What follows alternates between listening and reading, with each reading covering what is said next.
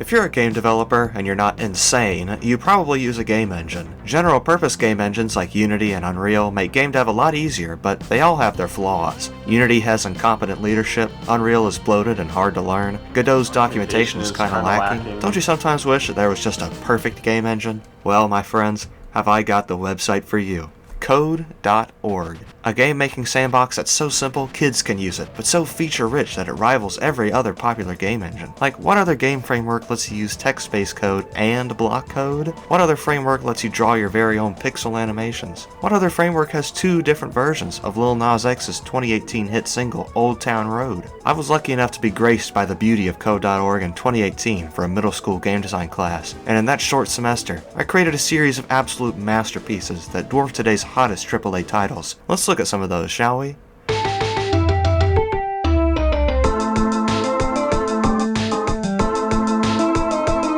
Now, for any of you who doubt the advanced graphical capabilities of Code.org, may I introduce Bob the Bee 3D, which uses bleeding-edge sprite scaling features for a fully 3D experience. And look what happens when you go towards the top of the screen. Here's another game, Slowtipede. Notice this old-timey projector effect. Yeah, you try doing that with your fancy shaders and textures, huh? And Code.org also consistently leads the pack in accessibility. You can turn off the flicker effect if it gives you epileptic seizures. Code.org also allows for the most high-octane gameplay. Remember blast processing? We'll crank that up to 11 and you get Tank Gunnin', where you play as a tank shooting small pellets at these weird capsules. Can you find them all? Probably not, because there's no map. And how about this one? MySpace Man. You'll have to race towards the flag in this blood-pumping experience. MySpace Man is so fast that he even has time to yawn and scratch his head on the way to the flag. Oh, and if you were wondering about the programming behind these games, Code.org is expertly designed to facilitate a blazingly fast and blazingly comfortable developer experience. As I mentioned, even a middle schooler can use this thing. Look at this game, a faithful recreation of that classic middle school time waster Styx. That AI code may look like a mess of spaghetti, but it works beautifully, even emulating when your Styx opponent just gives up on you.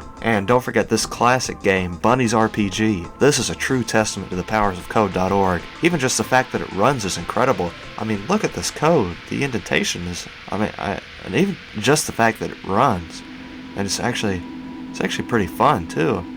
I mean, the game is actually pretty addicting. Remember, I would spend the whole class playing this back in middle school. And,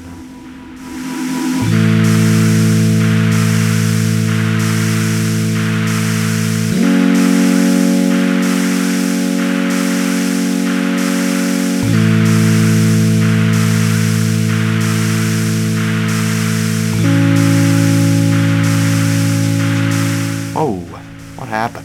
Feels like I was in some sort of trance. That always happens about once a year.